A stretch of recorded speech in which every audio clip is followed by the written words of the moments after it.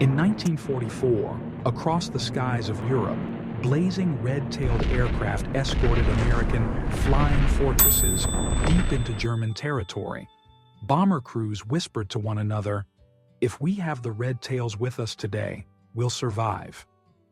None of them knew that the pilots protecting them had once been deemed by the U.S. military as not smart enough to fly.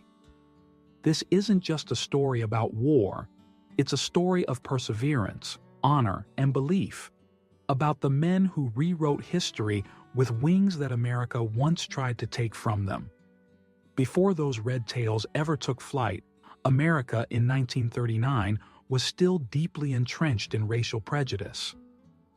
During the Jim Crow era, Black people were banned from sitting at the same tables or attending the same schools, and in the military, they were relegated to logistics roles, never allowed to touch the controls of a plane.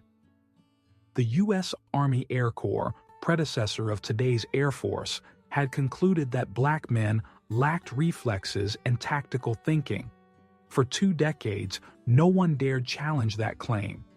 But in 1939, the U.S. Congress passed Public Law 18, a bill to expand the Air Corps, allowing for the training of civilian pilots. Under pressure from civil rights groups and the Black press, the War Department was forced to admit Black trainees. They chose Tuskegee, Alabama, a remote, sweltering place steeped in prejudice, as the testing ground. There, the Tuskegee Army Airfield was hastily built with tin-roofed shacks, short runways, and outdated aircraft. White officers were sent not to help the program succeed, but to prove it would fail. In April 1941, a special visitor arrived. First Lady Eleanor Roosevelt visited Tuskegee and met Charles Chief Anderson, the first Black civilian flight instructor. In front of reporters, she climbed into a small plane piloted by Anderson. 20 minutes later, after a safe landing, she declared, "I flew with a Negro pilot and I can say, he's a good pilot." Her words spread across America and became the catalyst that led President Franklin D. Roosevelt to officially approve a program to train Black military pilots. In the summer of 1941, the first class of cadets began. 13 were selected, and only 5 made it to graduation. On March 7, 1942, they became the first Black military pilots in U.S. history: Benjamin O. Davis Jr., Charles DeBow Jr., Lemuel Custis, George Roberts, and Mac Ross. Among them, Benjamin O. Davis Jr. stood out. A graduate of West Point, where no one spoke to him for 4 years, his unwavering discipline and faith made him the heart of the Tuskegee program. Under Davis's command, the 99th Fighter Squadron, the first Black fighter unit, was formed. They trained on Curtiss P-40 Warhawks, already outdated and slower, less agile than the German Messerschmitt Bf 109 and Focke-Wulf FW 190. Still, they pressed on, learning to exploit every small advantage. By April 1943, they were deployed to North Africa under the command of General William Momyer.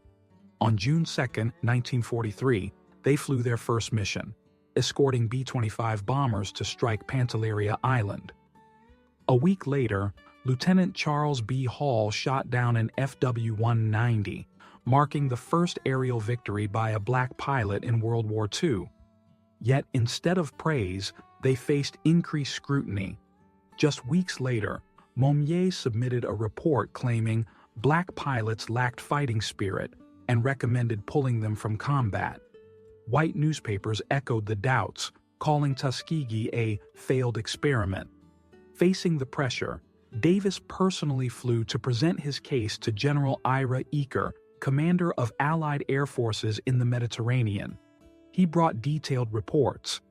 The 99th had flown 500 sorties with a loss rate of only 3.8%, equal to or better than white squadrons using the same aircraft.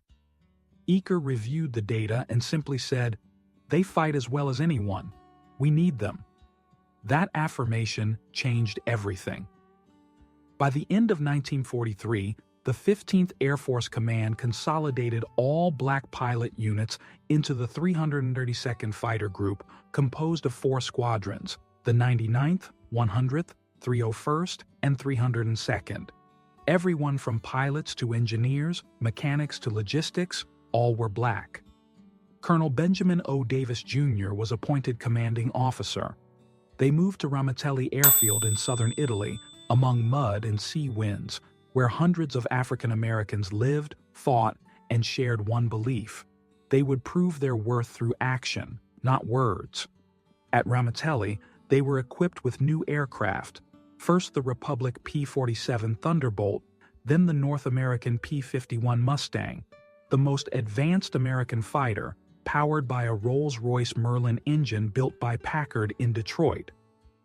Following Davis's orders, the entire tail section of each P-51 was painted bright red. It wasn't just for aerial recognition, it was a silent declaration to the world: we're here, and we will no longer be invisible. When the red-tailed Mustangs roared off from Ramatelli, their engines blended with the sounds of war, ushering in a new chapter in history. Within months, the name Red Tails became a symbol of discipline, honor, and American spirit. Men once doubted had turned scorn into glory, and with their own wings, they soared beyond the limits history had set for them. In early 1944, the Ramatelli base in southern Italy was coated in red mud. Brand new Mustangs lined up on makeshift steel runways, ready to join the largest campaign the U.S. had ever launched in Europe. The 15th Air Force's strategic bombing offensive was expanding, targeting Germany's oil refineries, industrial centers, and transport networks. And now, the responsibility of escorting the B-17 and B-24 flying fortresses was entrusted to the 332nd Fighter Group, the first black unit in American history to be assigned such a critical mission. For Colonel Benjamin O. Davis Jr., this wasn't just a military order. It was the last chance to prove to America that ability has no color. He gathered his squadron leaders and said firmly, "From this moment on, every mission is a matter of life and death. We will protect the bombers at all costs. No breaking formation, no chasing the enemy. We are here to bring those men home." That order ran counter to Air Force doctrine, which encouraged aggressive fighter tactics and pursuit of enemy aircraft. But Davis knew, one mistake, one lost bomber group, and no one would blame the strategy or equipment. They'd say, black men aren't fit to lead. In the first months of 1944, the Red Tails began flying. Each mission lasted 6 to 8 hours, crossing the Apennines, the Adriatic Sea, and deep into German and Austrian territory. In the cramped cockpits, with sub-zero temperatures outside, pilots relied on pressurized oxygen tanks, and every movement had to be precise to the second. They flew in tight formation with the massive bombers, so close that B-17 crews could clearly see the faces of their escorts. Each red-tailed Mustang was a mobile shield, twisting through the air to intercept and chase away dark shapes diving from the sky. On February 24, 1944, the 332nd joined its first escort mission to Austria. Over 70 P-47 Thunderbolts flew with 15th Air Force B-17s. Despite attacks from German aircraft, not a single bomber was lost. 10 days later, they transitioned to the P-51 Mustang, a faster, lighter fighter with longer range, capable of reaching Berlin. The Red Tails began to stand out against the cold gray skies as a powerful symbol. At the time, most escort units lost 2 to 3 bombers per 100 missions.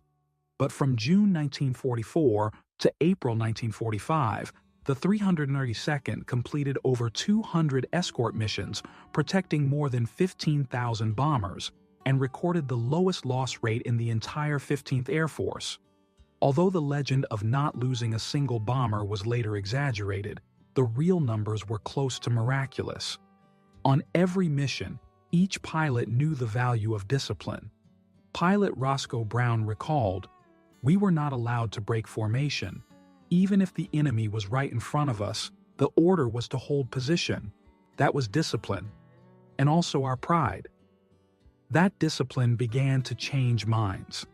At first, many white bomber crews were uneasy, hearing their escorts would be Negro pilots. But after a few months they began to say, "Let the red tails escort us." The phrase spread across bombing bases in Italy, becoming legend. By mid-1944, the air war had grown more brutal than ever. The German Luftwaffe adopted a new tactic. Small fighter groups would fake attacks to lure escorts away, while larger formations struck directly at the bombers. This strategy had devastated many U.S. units, but it didn't work on the red tails. They didn't take the bait. They held formation, guarding each B-17, each gun, each life.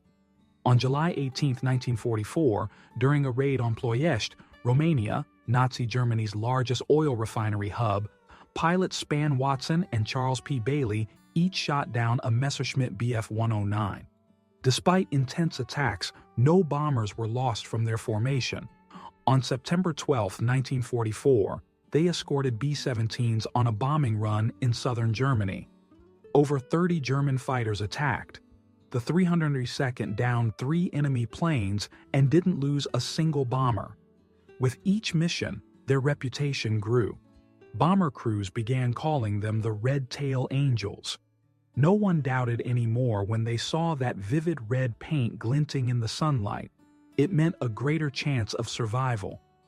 In October 1944, the 15th Air Force Command assigned the 332nd to escort bombing runs targeting Vienna. In that mission, they clashed with dozens of FW-190s. Captain Edwin T. Cowart shot down 2. Lieutenant Lloyd Lucky Hughes saved a burning bomber by diving in to drive off attackers. Back at base, Davis stood saluting each returning pilot, eyes proud yet stern. He knew. Today's victory wasn't just a triumph, it was proof they deserved to be trusted.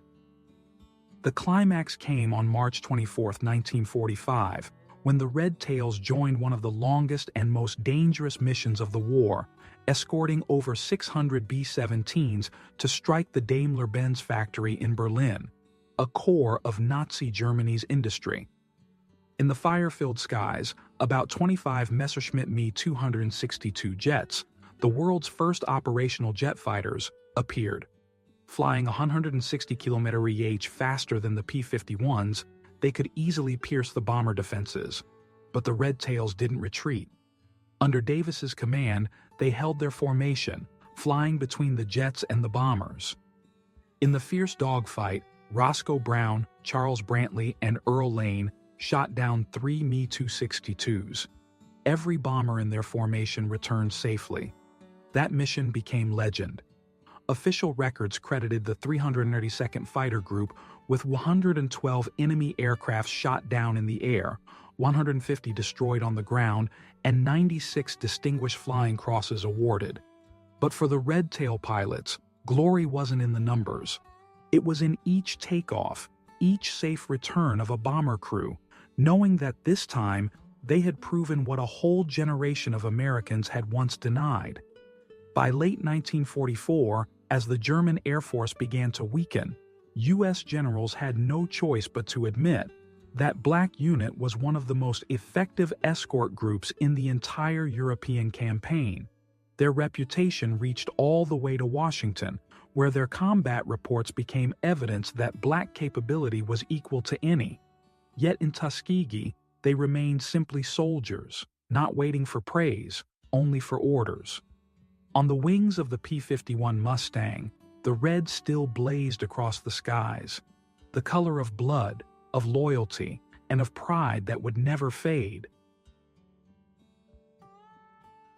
Spring, 1945. Europe was in its final throes as the war drew to a close. At Ramitelli Base, the roar of Mustang engines still echoed each morning. The red tails, now faded from hundreds of flights, remained symbols of unwavering pride in the hearts of the pilots. They had flown for 2 relentless years, from North Africa to Italy, from Vienna to Berlin, through skies thick with fire and smoke.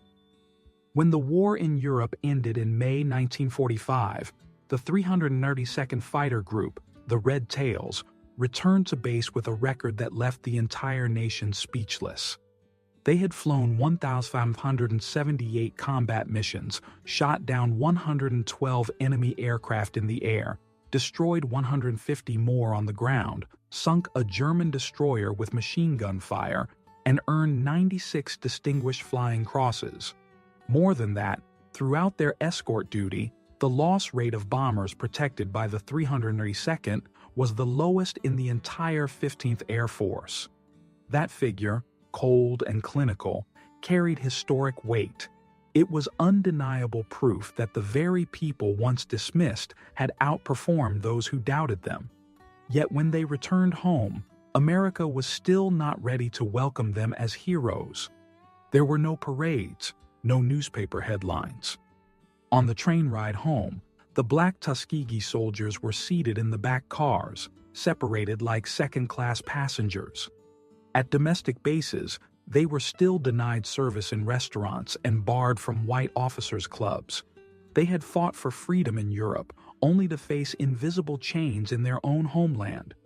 Colonel Benjamin O. Davis, Jr., who had led them through hundreds of battles, understood that paradox better than anyone.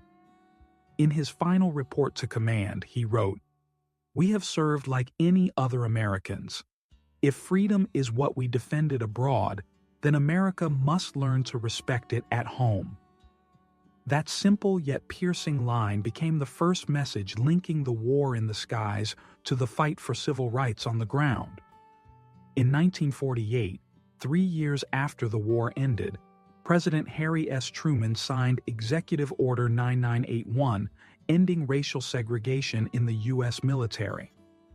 As generals debated whether black servicemen could serve as equals, one of the key pieces of evidence presented was the combat record of the 332nd Fighter Group. The numbers couldn't be twisted. No one could deny they had performed with excellence. Because of this, many historians regard the Tuskegee Airmen service record as the first report card that paved the way for equality in the U.S. military. After the war, many continued their careers in the newly formed U.S. Air Force. Benjamin O. Davis, Jr. became a 2-star general, only the second black general in U.S. history. He commanded squadrons during the Korean War, continuing to apply the principles that made them legends: discipline, precision, and absolute responsibility to your comrades. Others, like Charles McGee, served in 3 wars: WW1, Korea, and Vietnam, completing 409 combat missions, one of the highest totals in Air Force history.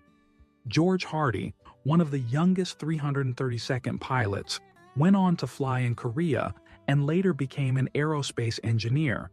Though the road afterward wasn't easy, they never let bitterness overshadow their pride. When the civil rights movement gained momentum in the 1950s and 1960s, the image of the Tuskegee Airmen resurfaced as living proof that equality was more than a slogan. It could be proven through action, achievement, blood, and sweat. In schools, WW&E lessons began to include a single line: Tuskegee Airmen, the first black pilot unit of the United States. It took over half a century for their story to be fully told. In 1995, the HBO film The Tuskegee Airmen premiered, bringing their image to the screen for the first time. In 2012, George Lucas's film Red Tails further portrayed their combat journey. Though both films took dramatic liberties, they helped millions of Americans learn the truth: that those once deemed not smart enough to fly had become the very guardians of the skies of freedom. By 2007, 6 decades after the war, President George W. Bush awarded the Congressional Gold Medal to all Tuskegee Airmen. At the White House, around 300 former pilots, now in their 80s, many in wheelchairs, wore their iconic red blazers. As they stepped up to receive the medal, they bowed their heads, not in humility, but in emotion. President Bush said, "You had to fight two wars, one against the enemy abroad and one against prejudice at home. You won both." Since then, the story of the Tuskegee Airmen has no longer been just a military chapter, but a symbol of faith and human strength. At today's Air Force academies, the legacy of the 302nd Fighter Group is taught as a textbook case in escort tactics. Stay with the bombers. Always stick with the bombers. Protect them to the end. That strategy has become the foundation for all modern aerial combat doctrines, from the F-86 in Korea to the F-15 and F-22 today. On the wall of the National Museum of the U.S. Air Force in Dayton, Ohio, hangs a famous photo of red-tail pilots standing beside a brightly painted Mustang. Below it, a small bronze plaque reads, "They fought two wars and won both." Each year, tens of thousands of Americans visit, many of them young pilots who never saw color, but know that today's free skies exist because of those men. As the sun sets over what was once Ramitelli, now just open fields, the wind still blows through the space where Mustang engines once roared. The red tails are few now, but their legacy lives on. They proved that honor has no color, courage needs no justification, and freedom is not a gift. It is something to be earned, one flight at a time, one battle at a time. And somewhere, in the sky, when twilight catches the wing of a plane, the red still flashes, a reminder that a generation of Americans once flew through the storm, leaving behind not just fire and smoke, but a lasting lesson in faith, discipline, and human dignity. Time has long since passed, 1945, but the story of the Red Tails has never truly landed. After the final shots of World War II faded, America entered a new era, one of faith in technology, in freedom, and in the human spirit. While the world gradually forgot the faces once hidden behind pilot masks, in Tuskegee, Alabama, old photographs, oil-stained flight logs, and memories of the skies have been preserved like sacred relics. Each diary entry, every signature on a surviving aircraft wing tells a story, the story of young men who flew between two storms, war and prejudice. They didn't just fight for America, they fought to make America look in the mirror. Their strength didn't lie in tallies of kills, but in their unbreakable will. When they pulled back on the stick and flew into skies where others said they didn't belong, that was the moment history was rewritten, not with ink, but with blood, sweat, and belief. After the war, many of them became teachers, engineers, lecturers, and civil rights advocates. They brought battlefield experience into civilian life, quietly planting pride in the next generation. In the 1960s, as the civil rights movement surged, the name Tuskegee Airmen resurfaced as a symbol of African American courage and intellect. At marches in Washington, some signs read, "We flew with the Red Tails too." In the 1970s, the U.S. Air Force entered the jet age. Young pilots flew F-15s and F-16s, using tactics forged in the days of the Red Tails. When asked about their inspiration, many officers simply smiled and said, "Every escort lesson begins with Tuskegee." The principle of "stay with the bombers" became a foundation in every modern tactical curriculum.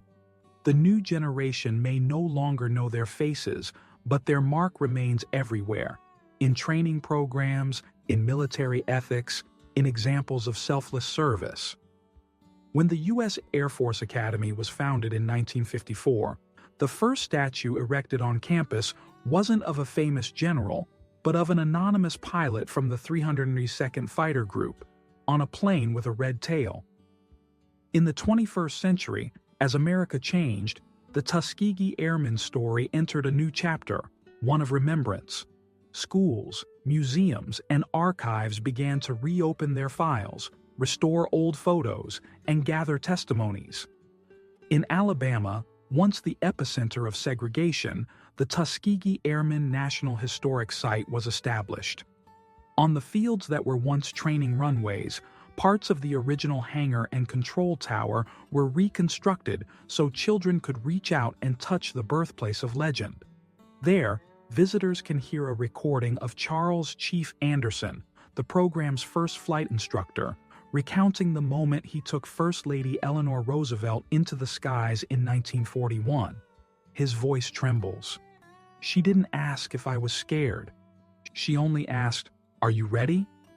And I was ready, not just for that flight, but for history." In the 2000s, many historians began calling the Tuskegee story America's mirror, a nation capable of error, but also capable of redemption, if people are brave enough to stand and prove it. It was the wartime American spirit, bold, innovative, accountable. During the war, they built planes, engines, and tactics. After the war, they built belief. In 2012, the film Red Tails, produced by George Lucas, premiered in thousands of theaters. Using modern visual effects, it brought audiences back to the skies of wartime Europe to retrace the 332nd Fighter Group's journey. Though parts were fictionalized, the film's honest spirit moved viewers. Many Red Tail veterans, then in their 90s, were invited to the premiere. When the screen showed Mustangs with blazing red tails ripping through the sky, many wept. One elderly man whispered, "They flew just like we did. And now, all of America is flying with us." That same year, Charles McGee, who flew 409 missions across 3 wars, was invited to President Barack Obama's inauguration, the first black president in U.S. history. When asked for his thoughts, he said, "I don't need more praise. Just seeing what America has become, I know our flight was never in vain." Today, at air bases from California to Okinawa, every time a young pilot completes their training, they are told the story of the Tuskegee Airmen, not as a history lesson, but as a reminder. Talent grows only when given opportunity, and honor only matters when upheld through action. In modern American skies, classic P-51 Mustangs still fly at memorial shows. Their tails remain painted bright red, like a flame that never dies. When the setting sun hits that paint just right, people say you can see the silhouettes of the pilots who've passed on. Those who once proved that freedom is not a gift, but a prize to be won. The Tuskegee Airmen are not just a chapter in military history. They are proof of the power of faith and perseverance. From 1941 to 1945, just 4 short years, they turned a prejudiced experiment into a national symbol of pride. And 80 years later, they are still flying, not on mechanical wings, but through memory, inspiration, and the values they left behind for humanity. In every engine roar on a runway today, in every oath sworn by a new pilot before takeoff, the echo of the red tails still lingers. The skies of freedom, once denied to them, now belong to everyone. And every time the sunset paints the fields of old Tuskegee red, that color reminds the world. There were once those who dared to fly when told they couldn't, and with their own wings, made the world look up. Now, more than 80 years have passed since the first Tuskegee cadets took to the skies over Alabama. The world has changed. War is a distant memory. Jet engines have replaced old propellers, and humanity has stepped beyond the bounds of Earth. Yet the story of the Red Tails remains as powerful as ever, because it is not just a tale of victory, but a testament to the strength of belief. A belief that when people are given the chance, they can soar beyond every limit that prejudice once imposed. What began as a doubted experiment became a symbol of the American spirit, a spirit of industry, discipline, and determination. They weren't born into an age of equality, but they helped bring one into being. Through quiet courage, they turned every flight path into a declaration that bravery has no color and loyalty needs no words to be proven. When those pilots came home, they didn't seek glory. They became teachers, opened shops, raised families, and lived as ordinary citizens. But in their hearts, the roar of the Mustang engine still echoed, a call of honor, of duty, and of a time never to be forgotten. And America, though slow to recognize them, eventually bowed to the men once thought unfit to fly. Today, on modern runways, each time a young pilot fires up their aircraft, the rising thunder serves as a reminder that they are carrying forward the legacy of those who came before. At military academies, names like Benjamin O. Davis Jr., Charles McGee, Roscoe Brown, and Daniel Chappie James Jr. are etched alongside the greatest heroes in U.S. aviation history. And in every escort mission, the principle, "Stay with the bombers," is still repeated like sacred scripture, a simple but profound lesson left behind by the red tails.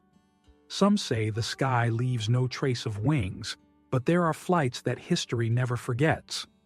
Those P-51 Mustangs with their blazing red tails didn't just cut through the clouds of Europe, they pierced through the walls of prejudice. They needed no applause, for their actions wrote the most beautiful epic of the 20th century. And whenever the sun sets over the old fields of Tuskegee, painting the sky in shades of crimson, people still say it's the red tails coming home. In that red lies the blood of those who fell, the pride of those who lived, and a message to the next generation. Believe in your wings, even when the world says you cannot fly.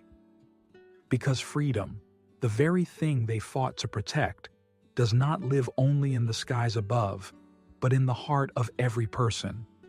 And as long as there are those who dare to dream, to believe, and to rise for a noble cause, the story of the red tails will keep flying, with history, with America, and with all of humanity. Now, more than 80 years have passed since the first Tuskegee cadets took to the skies over Alabama. The world has changed. War is a distant memory. Jet engines have replaced old propellers, and humanity has stepped beyond the bounds of Earth.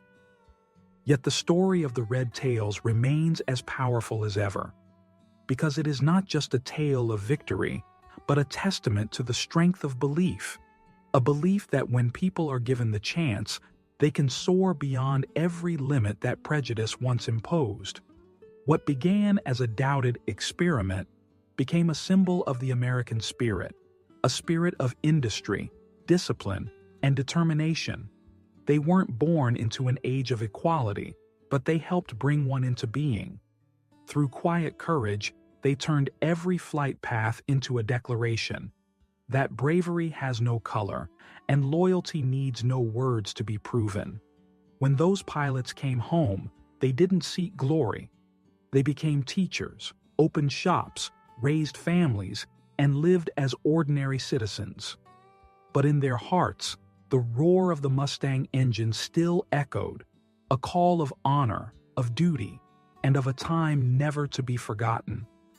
And America, though slow to recognize them, eventually bowed to the men once thought unfit to fly. Today, on modern runways, each time a young pilot fires up their aircraft, the rising thunder serves as a reminder that they are carrying forward the legacy of those who came before. At military academies, names like Benjamin O. Davis Jr., Charles McGee, Roscoe Brown, and Daniel Chappie James Jr. are etched alongside the greatest heroes in U.S. aviation history. And in every escort mission, the principle "stay with the bombers" is still repeated like sacred scripture, a simple but profound lesson left behind by the red tails. Some say the sky leaves no trace of wings, but there are flights that history never forgets. Those P-51 Mustangs, with their blazing red tails, didn't just cut through the clouds of Europe. They pierced through the walls of prejudice. They needed no applause, for their actions wrote the most beautiful epic of the 20th century. And whenever the sun sets over the old fields of Tuskegee, painting the sky in shades of crimson, people still say it's the red tails coming home. In that red lies the blood of those who fell, the pride of those who lived, and a message to the next generation. Believe in your wings, even when the world says you cannot fly. Because freedom, the very thing they fought to protect, does not live only in the skies above, but in the heart of every person. And as long as there are those who dare to dream, to believe, and to rise for a noble cause, the story of the Red Tails will keep flying, with history, with America, and with all of humanity.